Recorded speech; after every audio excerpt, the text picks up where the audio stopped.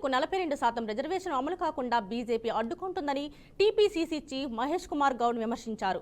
ఆ పార్టీ ఎప్పుడు మతం, దేవుడి పేరు చెప్పి రాజకీయం చేస్తుందన్నారు. కామారెడ్డిలో ఈ నెల 15న బీసీ డిక్లరేషన్ విజయోత్సవ సభ నిర్వహించినట్లు తెలిపారు. ఈ మేరకు కామారెడ్డిలో సన్నాహక సమావేశం నిర్వహించారు. కామారెడ్డి గడ్డ మీద బీసీలకు 42% రిజర్వేషన్లు ప్రకటించామన్నారు. హామీ ప్రకారం 3 బిల్లులు చేసి కేంద్రానికి పంపించామని, ఈ రిజర్వేషన్లను బీజేపీ అడ్డుకుంటుందన్నారు.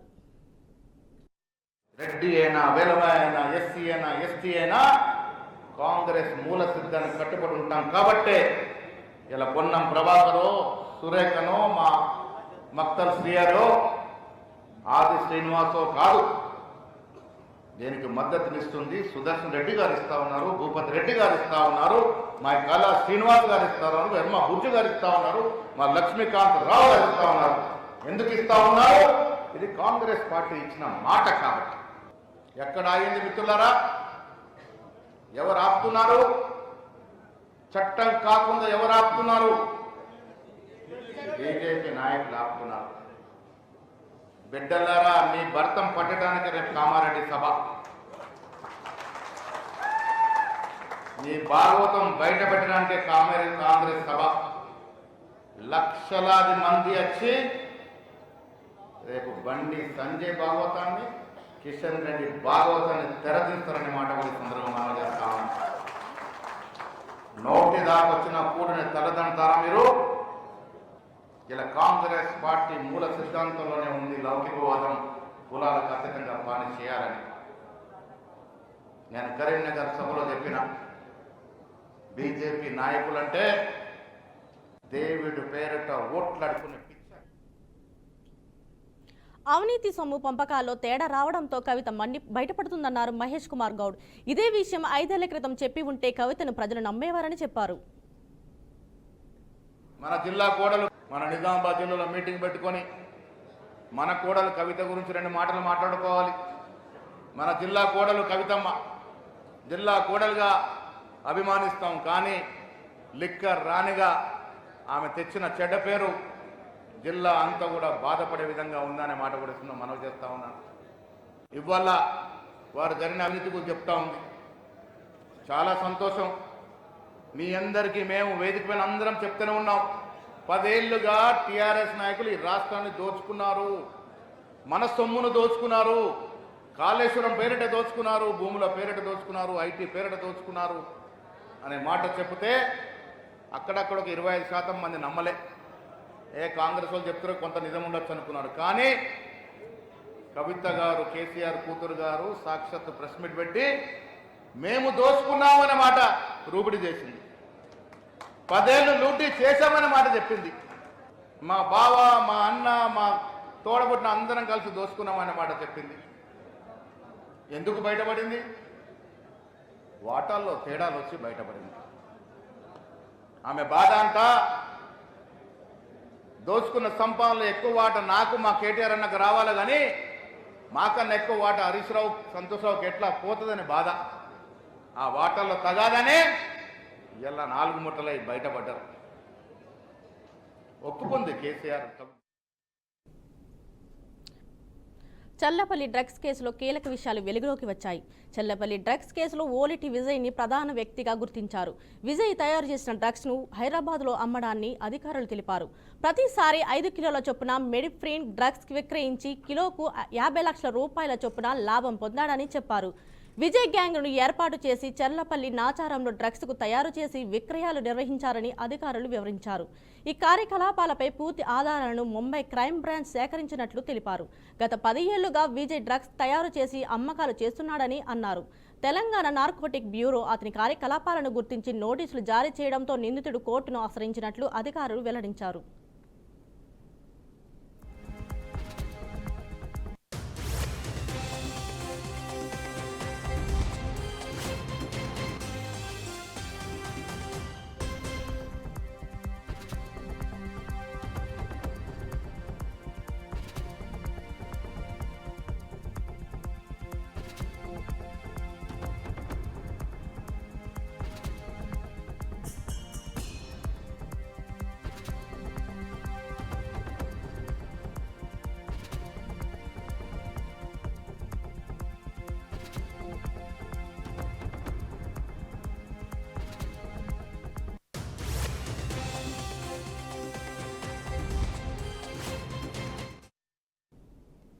దీనిపై మరింత సమాచారాన్ని మా ప్రతినిధి బాసిత్ ఫోన్లో అందజేస్తారు.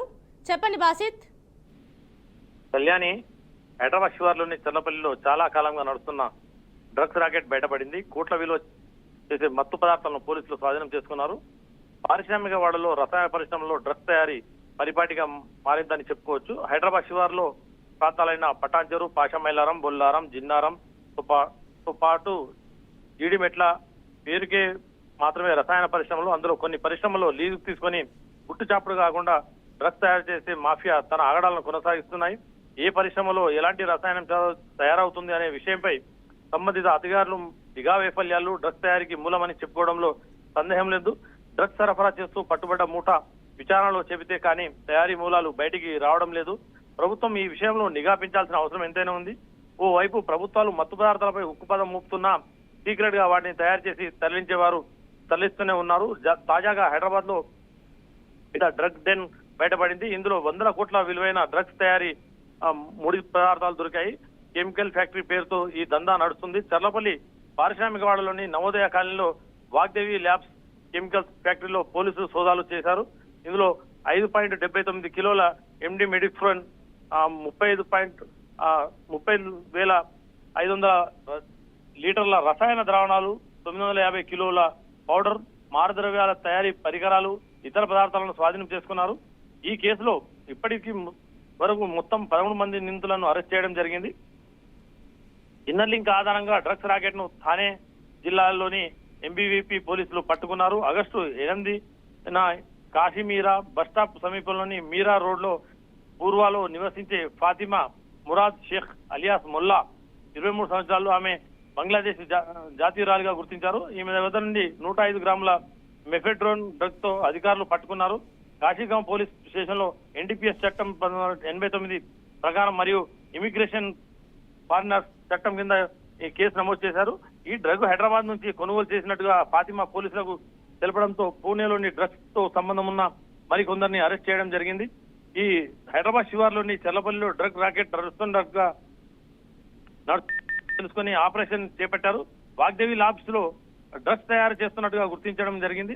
బయటకు కెమికల్ ఫ్యాక్టరీ పేరు చూపిస్తూ లోపల మాత్రం డ్రగ్స్ తయారు చేస్తున్నారు. దీని యజమాని శ్రీనివాస్ విజయ్ ఓలెటికి కూడా పోలీసుల అదుపులో ప్రస్తుతం ఉన్నారు. వాగ్దేవి ల్యాబొరేటరీస్ ప్రైవేట్ లిమిటెడ్ యజమాని శ్రీనివాస్ విజయ్, ఓలెటి కెమికల్ అనలిస్ట్ తానాజీ, ఇద్దరు అనుమానితులను కూడా శనివారం కుషాయిగూడలోని స్థానిక కోర్టు ముందు హాజరుపరచడం జరిగింది.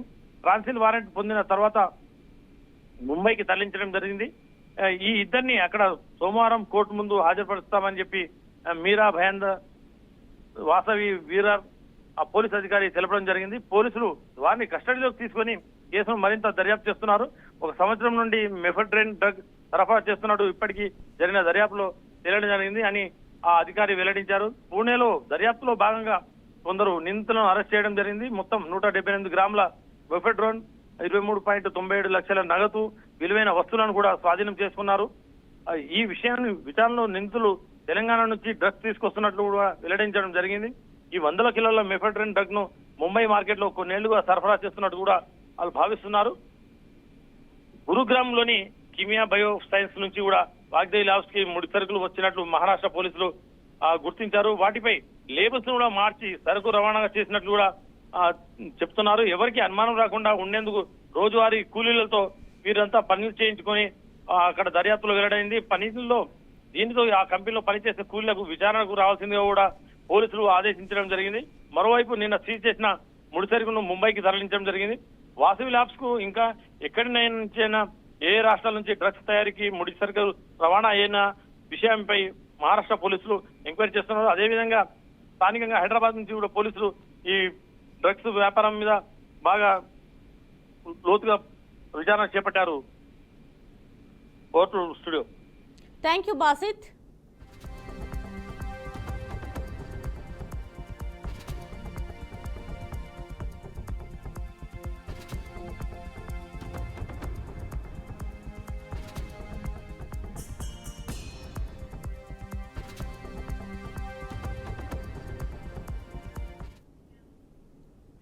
వికారాబాద్ జిల్లా ఆయలాల మండలం రాష్ట్రం గ్రామంలో వృద్ధ దంపతుల ఆత్మహత్య కలకలం రేపింది.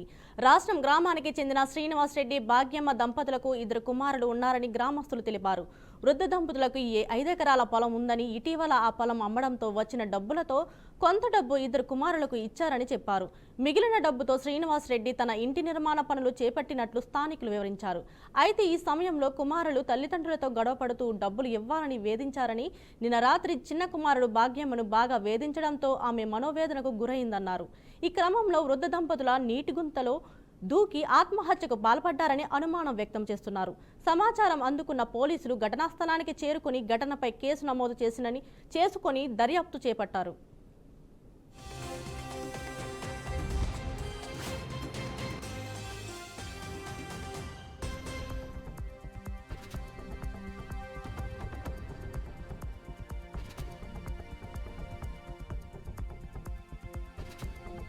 భద్రాద్రి కొత్తగూడెం జిల్లా అసరావుపేటలో ఓ ఆర్ఎంపీ డాక్టర్ నిర్వాహకంతో మసీదులో ఇమాంను బాధ్యతలు నిర్వహించే హుస్సేన్ పరిస్థితి విషమంగా మారింది. తమ బిడ్డ చావు బతుకుల మధ్య కొట్టుమిడలాడుతుందో కుటుంబ సభ్యుల ఆందోళన వ్యక్తం చేస్తున్నారు.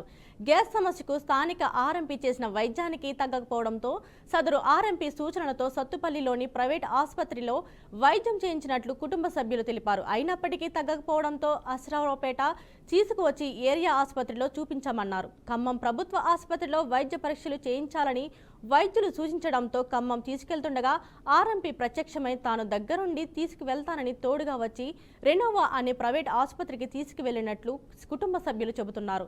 ఆసుపత్రిలో లక్షలు ఖర్చు చేసినప్పటికీ హుస్సేన్ ప్రాణాపాయ స్థితిలోని ఉన్నాడని కుటుంబ సభ్యులు ఆందోళన వ్యక్తం చేస్తున్నారు. తమ బిడ్డకు 2 చిన్నపిల్లలు ఉన్నారని, హుస్సేన్కు ఏమైనా అయితే కుటుంబం మొత్తం అన్యాయం అయిపోతుందని హుస్సేన్ తల్లి రోధిస్తున్నారు. ప్రాణాంతక వైద్యం చేసిన ఆర్ఎంపీపై చర్యలు తీసుకుని తమకు న్యాయం చేయాలని కుటుంబ సభ్యులు కోరుతున్నారు. రెండో అబ్బాయి మసీదులో గురువు గారండి. ఆ అబ్బాయికి జ్వరం వచ్చిందని ఆర్ఎంపీ డాక్టర్ పంపాం. ఆయన పంపాడు. సత్తుపల్లి కూడా అక్కడ టెస్టులు చేసి వచ్చేసామండి, తగ్గలేదండి. సరే గవర్నమెంట్ హాస్పిటల్కి వెళ్దామని అంటే ఆయనేమో ఖమ్మంలో పెద్ద గ్యాస్ నొప్పి హాస్పిటల్ ఉంది, అక్కడ ఎండోస్కోప్ చేపిద్దామని చెప్పాడండి. అక్కడ కారులో తీసుకెళ్ళి అక్కడ నైట్ జాయిన్ చేసి అక్కడ ఏం మాట్లాడారో మేనేజ్మెంట్ సార్తో మాట్లాడుకొని మమ్మల్ని వదిలేసి వచ్చేసాడండి. అక్కడ డబ్బులు ఆ నైట్ అయినాయండి. 2వ రోజున అయినాయి. మూడో రోజున బాగా ఎక్కువైపోయిందండి బాబు. ఒళ్ళంతా పొక్కులు వచ్చేసి మంచినీళ్ళు కూడా తాగలేదండి. తను బాగా సీరియస్ అయిపోయిందండి బాబుకి. ఇక మేము గవర్నమెంట్ హాస్పిటల్కి బయలుదేరుతామని డిశ్చార్జ్ చేయమంటే ఆ డాక్టర్ 4ంటికి వచ్చి డిశ్చార్జ్ చేసి డబ్బులు మళ్ళీ బిల్ వేసి ఇచ్చాడండి. మళ్ళీ మేము ఆర్ఎంపీ డాక్టర్ ఫోన్ చేసామండి. ఆర్ఎంపీ డాక్టర్ ఏం చెప్పాడో ఏంటో అందులో కొద్దిగా సగం కట్టించుకొని ₹1,00,000 దాకా అయిపోయినాయండి. ఇక మా దగ్గర డబ్బులు లేవని గవర్నమెంట్ హాస్పిటల్కి వస్తా మళ్ళీ ఆ బాబు బాగా సీరియస్గా ఉంది, ఎక్కడికన్నా తీసుకెళ్ళండి అంటే ఖమ్మంలో ఏరియా హాస్పిటల్ తీసుకెళ్ళామండి. అక్కడికి వెళ్తే ఆ రోజు నైట్ బాబు పొజిషన్ బాగా సీరియస్గా అయింది. మాది అశ్వారపేట. మాది రోడ్డు పక్కన బండి అండి, హోటల్ అశ్వారపేటలో రింగ్ రోడ్లో. అయితే మా తమ్ముడికి కొద్దిగా గ్యాస్ నొప్పిలాగా ఒక జ్వరం వచ్చి ఆ ఆర్ఎంపీ డాక్టర్ని పిలిపిస్తే కొద్దిగా ఆయన వచ్చి ట్రీట్మెంట్ చేసినా తగ్గకపోతే సత్తుపల్లి తీసుకెళ్ళాం. ఆయన ద్వారా కానీ తీసుకెళ్ళి అక్కడ టెస్టులు చేయించాడు. అక్కడ